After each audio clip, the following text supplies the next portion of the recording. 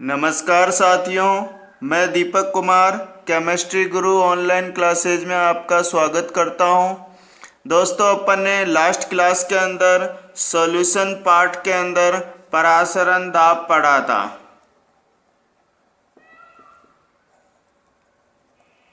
इस परासरण दाब के अंदर अपन ने देखा था कि परासरण की प्रक्रिया को रोकने के लिए लगाया गया दाब परासरण दाब कहलाता है। आज अपन बात करते हैं परासरण दाब के नियम। तो अगले हेडिंग डालें आप कॉपी में, परासरण दाब के नियम। बहुत ही इंपॉर्टेंट है। इसमें पहला नियम क्या कहता है? पहला नियम है वांट हाफ बॉयल का नियम। जो अपन ने गैसीय अवस्था में पढ़ा था कि बॉयल का नियम है, उसी तरह से विलियन अवस्था के लिए जो बॉयल का नियम है वो यही है। बॉयल के नियम के अनुसार क्या होता है दोस्तों कि ताप नियत रहती है।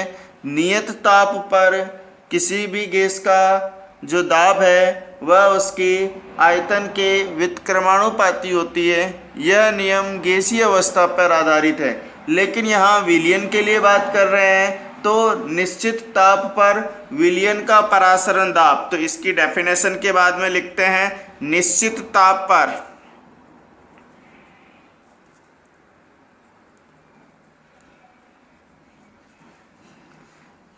विलयन का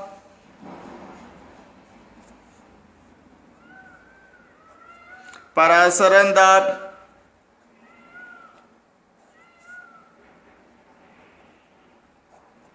परासरण दाब को मैंने कल बताया था, पाई से डिनोट करते हैं। तो परासरण दाब विलयन की सांद्रता के समानुपाती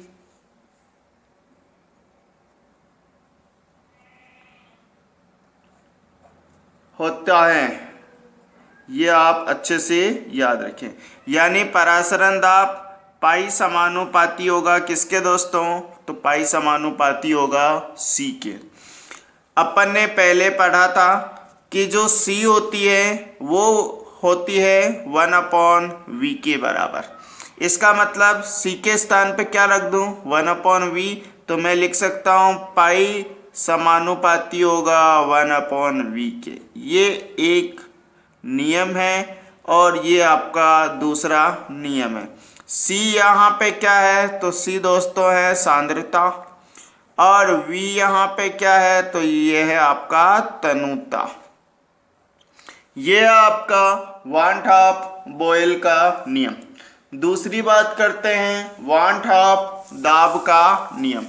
देखिए अगला नियम है, दूसरा नियम की बात करते हैं तो ये है वांट हाफ दाब का नियम।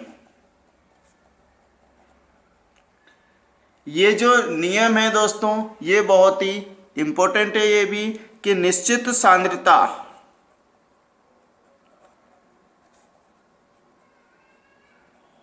तथा तनुता पर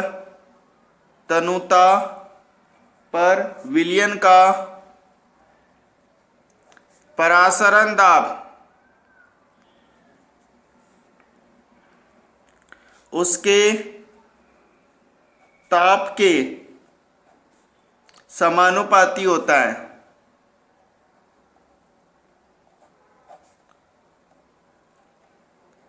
यानी कि क्या कह रहा है कि जो तनुता है और सांद्रता है, जब ये दोनों नियत हो जाए, सांद्रता या C और V जो अभी देखा था ये दोनों नियत हो जाए, तो विलयन का परासरण दाब पाई जो होगा दोस्तों वो समानुपाती होगा किसकी? T के। आगे बात समझ में? जब कब? तो जब सांद्रता भी नियत हो और क्या? तनुता भी नियत हो। जब दोनों नियत हो जाए तो ये हो गया। पहले वाले में क्या कर दिया? ताप को नियत कर दिया। पहले वाले में क्या कर दिया, ताप को नियत कर दिया, तो C और V के क्या हो गया था, C के समानुपाती और V के व्युत्क्रमानुपाती था। दूसरे वाले में क्या कर दिया, तो सांद्रता और V दो जो B है इन दोनों को मैंने क्या कर दिया दोस्तों, नियत कर दिया। तो नियत करते ही क्या होगा, पाई समानुपाती हो जाएगा T के। आगे बात समझ, इसको समीकरण नंबर 1 दे दो, इसको समीकरण नंबर 2 दे दो और इसको समीकरण नंबर दोस्तों 3 दे दो। जब अपन ने 3 समीकरण दे दिए हैं तो इसके बाद में बात करते हैं, ये जो 3 समीकरण बना है दोस्तों, इसी से अपन अगले नियम की ओर चलते हैं। तो देखिए सबसे पहले मैं क्या कर रहा हूं, ये जो 2 नियम लिखे हैं इन दोनों नियम को जोड़ते हैं। तो देखिए क्या आ रहा है, पाई, एक बार वापस नियम लिख देता हूं, पाई समानुपाती था T के, पाई समानुपाती था C के और पाई व्युत्क्रमानुपाती था V के। ये 3 नियम बनाए थे। तो ये जो नियम है इन दोनों नियमों को जोड़ देते हैं। तो पाई समानुपाती है दोस्तों T के और पाई समानुपाती है C के। तो मैं दूसरा नियम लिख रहा हूँ, पाई व्युत्क्रमानुपाती है V के। तो मैं यहाँ लिख देता हूँ पाई समानुपाती T के, पाई व्युत्क्रमानुपाती हो जाएगा V के। समानुपाती का चिन्ह हटाएंगे तो क्या होगा दोस्तों, तो समानुपाती का जैसे चिन्ह हटाएंगे तो मेरा आंसर क्या हो जाएगा, पाई बराबर, बराबर का चिन्ह आएगा और कोई ना कोई नियतांक आएगा। अब देखिए पहले अपन क्या लेते थे, आर गैस नियतांक लेते थे, लेकिन आर गैस नियतांक के स्थान पे अब अपन लेंगे एस। एस फॉर सॉल्यूशन के लिए ले रहे हैं, है ना। इसका मतलब ये नहीं कि एस का मतलब सॉल्यूशन होता, नहीं, अपने को ट्रिक से याद रखनी है। आर गैस के लिए था, उसी तरह से जो नियतांक एस आया है, एस यानी सॉल्यूशन, अपन सॉल्यूशन पढ़ रहे हैं इसलिए एस नियतांक ले रहे हैं, एस टी अपॉन वी। आगे बात समझ में, यहां से v को इस साइड में फिट कर दो तो अपना आंसर हो जाएगा P v is equal to S T. ये है दोस्तों अपने 1 मोल के लिए, 1 मोल के लिए परासरण दाब। जब अगर यदि मोलों की संख्या n हो, यदि मोल की संख्या यदि n मोल हो तो इसे क्या कर देंगे, n से गुणा कर देंगे तो अपना आंसर क्या हो जाएगा, यही सॉल्यूशन में n से गुणा कर देंगे तो आ जाएगा P v is equal to N S T. ये है दोस्तों आदर्श गैस समीकरण, जो आपने आदर्श गैस समीकरण पहले 11वीं क्लास में पढ़ा था, जो था अपने P V is equal to N R T. दोनों में तुलना करें तो दोनों में तुलना करते हैं तो पाई है परासरण दाब, वी क्या है गैस का दाब, ये वी क्या है तनुता और ये वाला वी क्या है आयतन, ये एन मोल है, एस सॉल्यूशन का स्थिरांक है और आर गैस स्थिरांक है और टी आपका ताप है। दोनों ही एक जैसे को ही बिलोंग कर रहे हैं दोस्तों। आगे बात समझ में, चलो अब बात करते हैं परासरण दाब एवं विलय के अणुभार में संबंध। परासरण दाब तथा विलय का अणुभार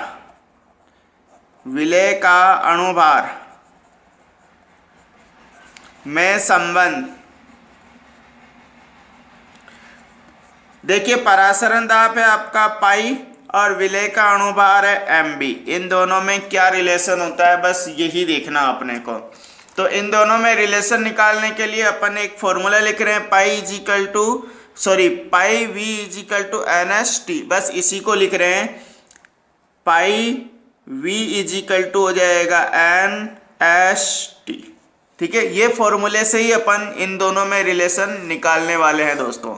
चलो देखिए दिख रहा ना, हाँ।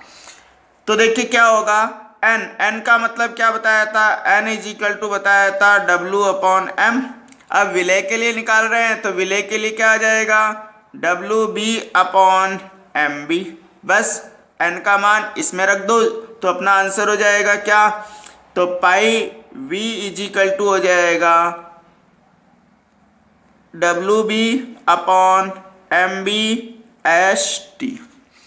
अब देखिए MB को इधर ले लो और पाई V को यहां ले लो, तो अपना आंसर क्या हो जाएगा, MB is equal to WbST divide by आ जाएगा पाई अपॉन V। आगे बात समझ में, इसी फॉर्मूले से अपन क्या कर सकते हैं, दोनों का रिलेशन निकाल सकते हैं। अब देखिए एक क्वेश्चन लिख रहा हूं दोस्तों। एक क्वेश्चन क्या कह रहा है कि 27 डिग्री सेल्सियस ताप पर 27 डिग्री सेल्सियस ताप पर यूरिया के M/30 विलयन का परासरण दाब यानी पाई ज्ञात कीजिए। ये आपके RBSC बोर्ड में जो उदाहरण है, ये ही उदाहरण ले रहा हूं दोस्तों, बिल्कुल इजी उदाहरण है। आपको S का मान बोलो चाहे R का मान बोलो, ये आपको गिवन है 0.0821, ये आपको N का R या S का मान गिवन है। अब देखिए अपन को पता है यही formula P V is equal to क्या होता है, NST। NRT लिखो चाहे NST लिखो, दोनों ही स्थिति में आपको याद रखना। परासरण दाब ज्ञात करना है तो N का मान उधर भेज दो तो आ जाएगा pi is equal to N upon VST। आगे बात समझ में, ये V का मान क्या होता है दोस्तों, V के लिए मैंने बताया क्या, जब V आपको गिवन हो, N अपॉन V जो होता है वो सांद्रता के लिए होता है, N अपॉन V। N क्या है, तो N है आपका मोल, और V की यूनिट क्या है, तो V है आपका आयतन। आयतन को किस में लिखते हैं, लीटर में, तो आ जाएगा लीटर। और मोल प्रति लीटर किसका होती है, तो ये होती है सांद्रता की इकाई होती है। मोल प्रति लीटर ही क्या होती है, सांद्रता की इकाई होती है। मैंने आपको सांद्रता में बताया था। अब देखिए मोल प्रति लीटर है तो इसका यूनिट तो होगी C, तो यहाँ मैं इसको वैल्यू क्या कर दूंगा C, तो मेरा आंसर हो जाएगा pi is equal to CST। Pi is equal to क्या होगा साथियों, CST। अब देखिए C का मान कितना दे रखा है, तो C आपका दे रखा है M/10। S का मान आपको दे रखा है 0.0821 और आपको दे रखा है क्या, टेम्परेचर दे रखा है 27 डिग्री सेल्सियस।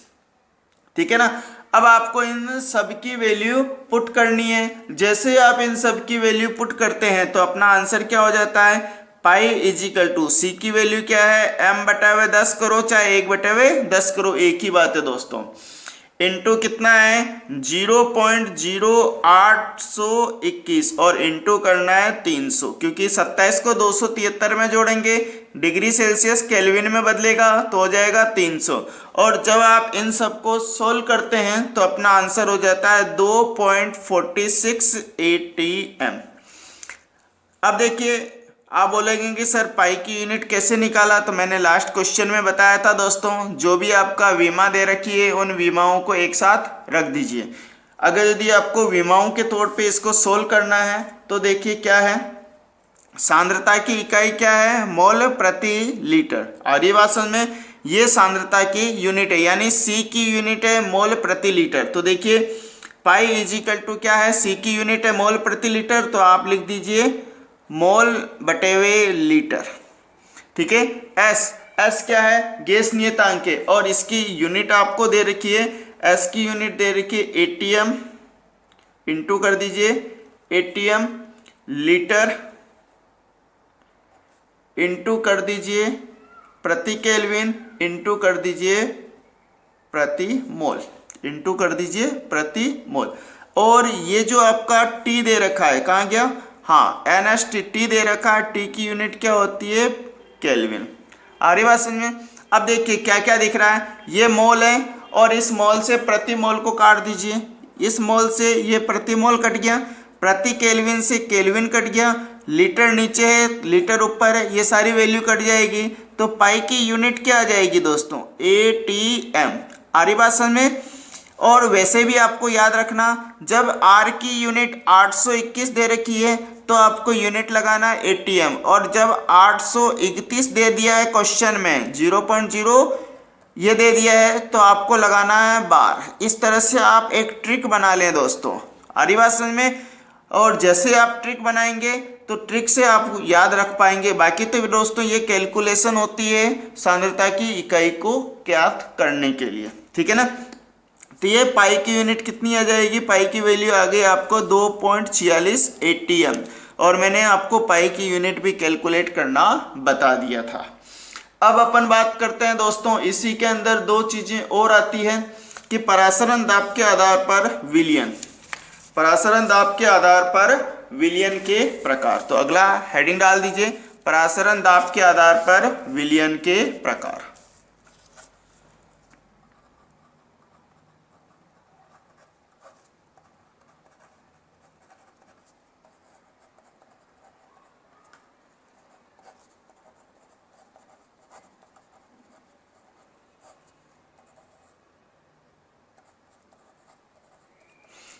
आधार क्या है, परासरण दाब है। तो परासरण दाब के आधार पर विलयन जो होते हैं दोस्तों तीन प्रकार के होते हैं। एक तो होते हैं अल्प परासरी,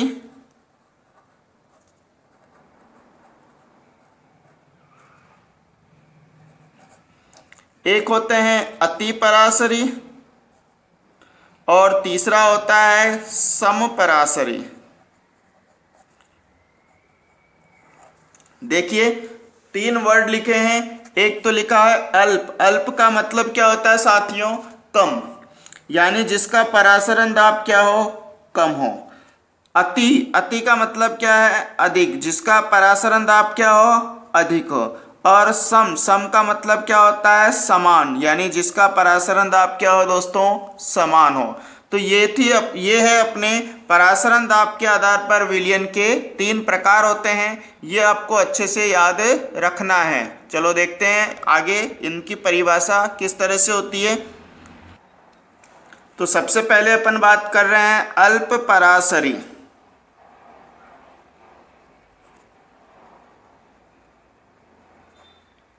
हाँ, एक बात मैं और कहना चाहूंगा कि एक तो है अल्प, अति और सम। ये तीनों जो परासरण दाब के आधार पर विलयन है दोस्तों, ये हमेशा तुलनात्मक रूप से होते हैं, तुलनात्मक रूप से आएंगे। इसका मतलब क्या है कि कोई भी विलयन कभी भी अकेला अल्प परासरी नहीं हो सकता है, कोई भी विलयन अकेला अति परासरी नहीं हो सकता है, और ना ही वह कभी भी सम परासरी हो सकता है। जैसे आपने एक पात्र लिया दोस्तों, अब इस पात्र के अंदर आपने ग्लूकोज या शक्कर डाल दिया, शर्करा डाल दिया। अब ये जो शर्करा का विलयन बन गया, शर्करा का विलयन, ये विलयन अगर यदि आप मुझसे पूछो कि सर ये विलयन क्या अल्प परासरी है, तो मेरा आंसर ये होगा, ना ये अल्प परासरी है, ना ही यह अति परासरी है, और ना ही यह सम परासरी है। इसका मतलब तो ये बना क्या, इसका मतलब ये हुआ कि ये कभी भी अकेले नहीं आते हैं, ये तुलनात्मक रूप से आते हैं। तुलनात्मक रूप से क्या है, मतलब जब दो विलयन आएंगे तो ही ये विलयन के प्रकार होंगे, अदरवाइज अकेला विलयन कभी भी न अल्प परासरी होगा, ना ही अति परासरी होगा, और ना ही वह सम परासरी होगा। यहाँ अपने को तुलना करनी है दोस्तों। देखिए जैसे कि मैंने दो विलयन ले लिए हैं, दोनों ही क्या है, शर्करा का विलयन है। अब दोनों ही विलयन में एक कंडीशन मैंने डाल दी दोस्तों, ये जो विलयन है वो 5% शर्करा का विलयन है, और ये विलयन है आपका 10% शर्करा का विलयन। अब देखिए एक कंडीशन मैंने लिखा था, पाई समानुपाती होती है सी के, वन हाफ बॉयल का नियम यही कह रहा। तो देखिए सांद्रता बढ़ेगी, सांद्रता बढ़ेगी तो परासरण दाब भी क्या होगा दोस्तों, बढ़ेगा।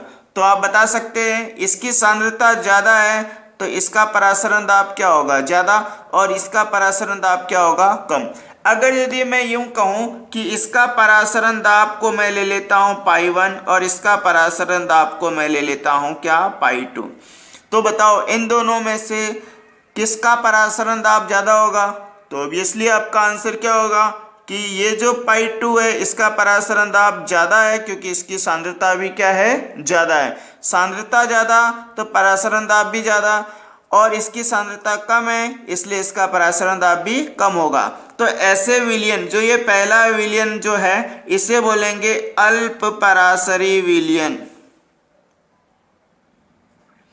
और जो दूसरा विलयन है दोस्तों वह है अति परासरी विलयन। ठीक है ना। अब अपन इसकी एक तीसरी कंडीशन लेके आ रहे हैं। ये तीसरी कंडीशन है, इसमें क्या किया अपन ने, सॉल्यूशन भर दिया। इसमें एक नई कंडीशन है, ये भी आपका वही कंडीशन ले रहा हूं, शर्करा का विलयन है,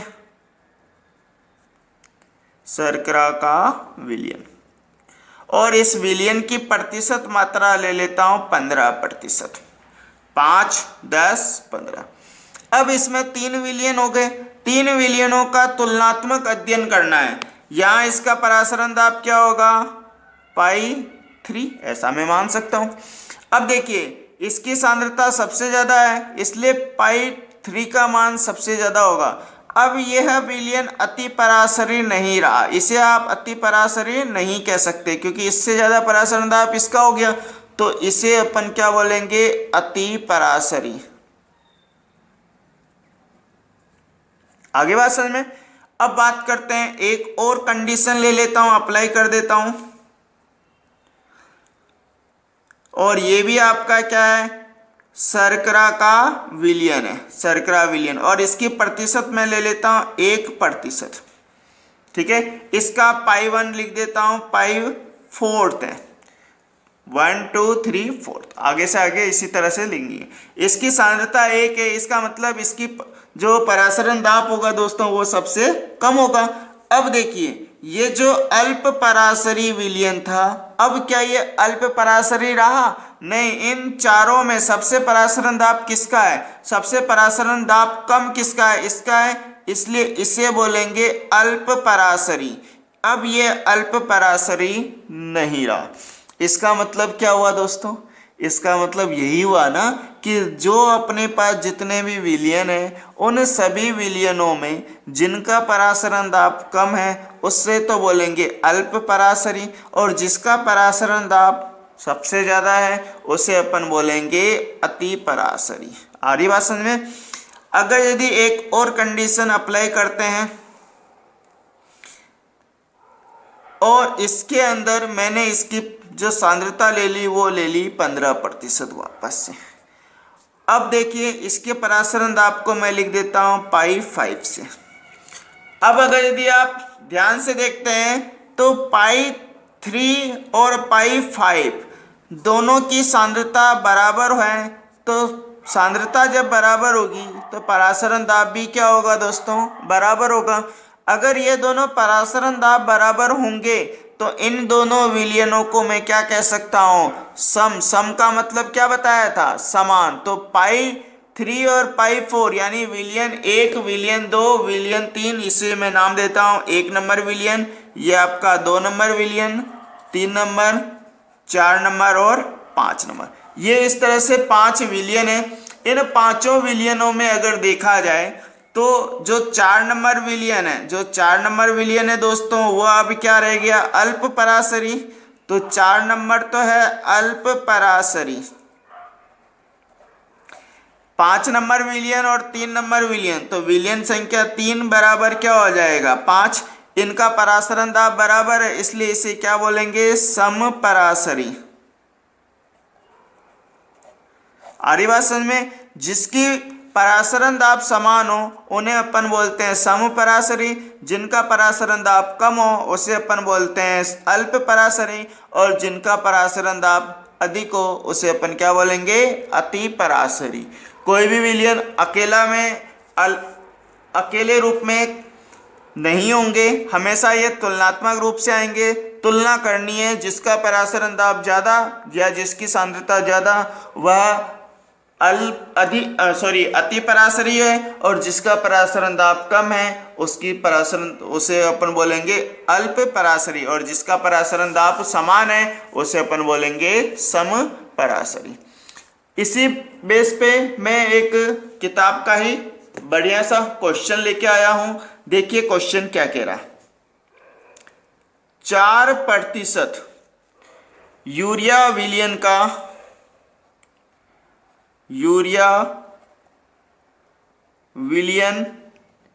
का एक अन्य कार्बनिक यौगिक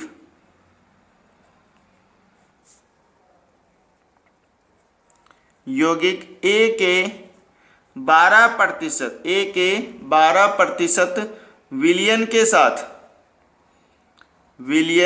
के साथ समपराशरी है।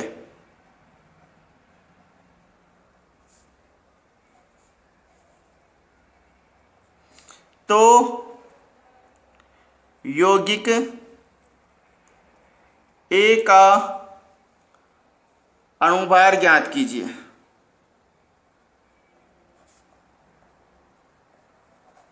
बहुत ही अच्छा क्वेश्चन है।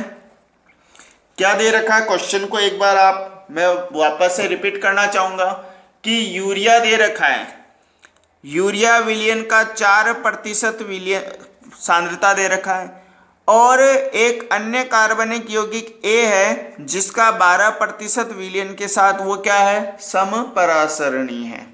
तो एक जो कार्बनिक यौगिक है उसका अणुभार निकालना है दोस्तों। तो सबसे पहले अपन बात करते हैं परासरण दाब की फॉर्मूला क्या होता है। तो परासरण दाब का फॉर्मूला होता है पाई बराबर होता है WRT WB upon MB V। ये परासरण दाब का फॉर्मूला था। अब देखिए परासरण दाब का जो फॉर्मूला है, इस फॉर्मूले से जब अपन हल करते हैं तो अपने को दे क्या रखा है, ये दे है W और ये है आपका M। अब देखिए इसके अंदर कहीं भी प्रतिशत वाला कुछ भी चीजें नहीं दे रखी है दोस्तों। अब अगर यदि आपको प्रतिशत निकालना है तो मैं क्या करूंगा, इस आयतन माना कि V जो आयतन है, आयतन इज इक्वल टू कितना हो जाए, 100 ग्राम हो जाए। अगर दोस्तों ये 100 ग्राम है तो WB कितना होगा, 4 ग्राम, तभी तो 4% होगा।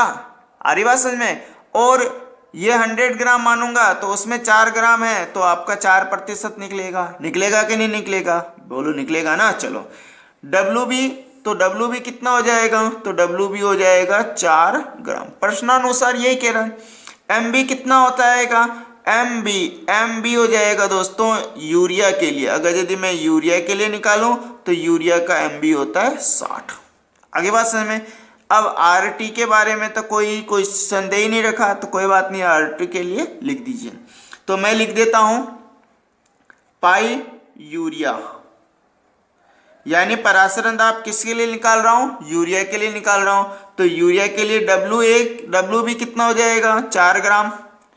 MB कितना है, तो MB आपका 60 है।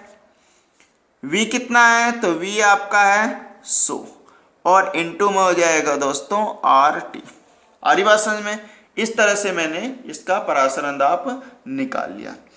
अब देखिए परासरण दाब, जब ये आयतन किसमें हो, मिलीलीटर में या ग्राम में, तो मल्टीप्लाई बाई करना है 1000 से, और क्योंकि आयतन को हमेशा लीटर में लेना है हमेशा, ठीक है ना।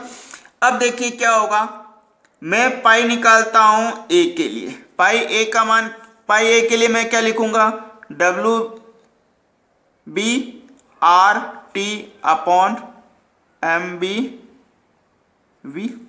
इसके लिए A के लिए जो है यूनिट, तो A के लिए आयतन भी मैं क्या मानूंगा, 100। जब आयतन 100 मानूंगा तो WA कितना निकल जाएगा आपका, 12 ग्राम। क्यों निकलेगा, क्योंकि 12% के साथ दे रखा है, तो 12% तभी तो आएगा जब ये 12 ग्राम 100 ग्राम में घुला हो। अब देखिए MB जो है आपको क्या करना है, ज्ञात करना है, ठीक है ना। चलो देखिए, ये सारी वैल्यू अपन इसमें पुट कर देते हैं। जैसे आप इन सारी वैल्यू को इसमें पुट करते हैं दोस्तों, तो अपने पास आ जाएगा पाई ए बराबर आ जाएगा, डब्ल्यू बी कितना है तो 12 ग्राम है, ठीक है। एम बी कितना है तो एम बी अपने को कुछ नहीं दे रखा है, निकालना है तो बस एम बी की जगह लिख दो एम बी। आ रही बात समझ में? चलो मल्टीप्लाई बाय कर दो आर टी इंटू 1000, क्योंकि ये वैल्यू भी अपने ग्रामों में आ रही है, और डिवाइड बाय आ जाएगा 100। इसको समीकरण नंबर 1 दे दीजिए और इसको समीकरण नंबर 2 दे दीजिए। अब देखिए साथियों क्या कह रहा था, समपरासरणी था, तो समपरासरणी मतलब पाई यूरिया बराबर किसके होगा, पाई ए के बराबर होगा कि नहीं होगा। पाई यूरिया का परासरण दाब बराबर किसके होगा, ए के परासरण दाब के। अब यूरिया का परासरण दाब ये रहा, ए का परासरण दाब ये रहा, दोनों वैल्यू में आप क्या कर लीजिए, तुलना कर लीजिए, तो अपने आंसर क्या आ जाएंगे। देखिए क्या लिख रहा हूं मैं, जब इन दोनों में तुलनात्मक रूप से करते हैं तो इसका आंसर कुछ इस तरह से निकलेगा। ये तो रहा यूरिया के लिए, तो यूरिया के लिए जाएगा 4/60 इंटू आर टी डिवाइड में आ जाएगा 100 मल्टीप्लाई बाय आ जाएगा 1000, बराबर में क्या आ जाएगा, बराबर में 12/में आ जाएगा एम बी मल्टीप्लाई बाय हो जाएगी आर टी मल्टीप्लाई हो जाएगा 1000 डिवाइड बाय हो जाएगा क्या 100, डिवाइड बाय हो जाएगा 100। अब जो कॉमन चीजें हैं उन सबको काट दीजिए दोस्तों, ये 1000 इधर भी है, 1000 इधर भी है, आर टी से आर टी कैंसिल, कट गया ना। अब देखिए और क्या बचा, ये 100 से इस 100 को भी आप कट कर दीजिए, ठीक है, इस 100 से इस 100 को भी कट कर दी। अब बचा क्या, 4/60 और 12/एम बी, तो मैं यहाँ पे इसको लिख देता हूँ। इधर तो आ जाएगा 4/60 बराबर हो जाएगा 12/एम बी। अब यहां से आप क्या कर लो, एम बी निकाल लीजिए दोस्तों, तो एम बी का मान क्या आ जाएगा, एम बी को इधर ले लो, इसको इधर ले लो, तो आंसर हो जाएगा दोस्तों एम बी इजिकल टू हो जाएगा 12 को 60 से गुणा कर दो, 12 इंटू 60 डिवाइड बाई कितना कर दो 4, 4 से ये कट जाएगा 3 बार, और 60 को 3 से गुणा कर दोगे तो एम बी का मान कितना आ जाएगा दोस्तों 180, और अणुभार है तो इसकी यूनिट क्या होती है, ग्राम प्रति मोल, ये इसकी यूनिट लग जाएगी दोस्तों। ये था समपरासरणी दाब से रिलेटेड एक बहुत ही इम्पोर्टेंट और बहुत ही इजी प्रश्न था दोस्तों। ये ए का अणुभार हो जाएगा, यानी ए का अणुभार, ए यौगिक का अणुभार कितना आ जाएगा 180 है। अब जो अपना अगला पार्ट आएगा दोस्तों, उसमें अपन ये डिस्कस करेंगे कि जो असामान्य आणविक द्रव्यमान है, जैसे कोई जैसे कोई विलय पदार्थ विलयन में जाने के बाद में, घुलने के बाद में उसका संघुनन हो जाता है अथवा वियोजन हो जाता है, तो उसके ऊपर अपन चर्चा करेंगे। आज के लिए इतना ही दोस्तों।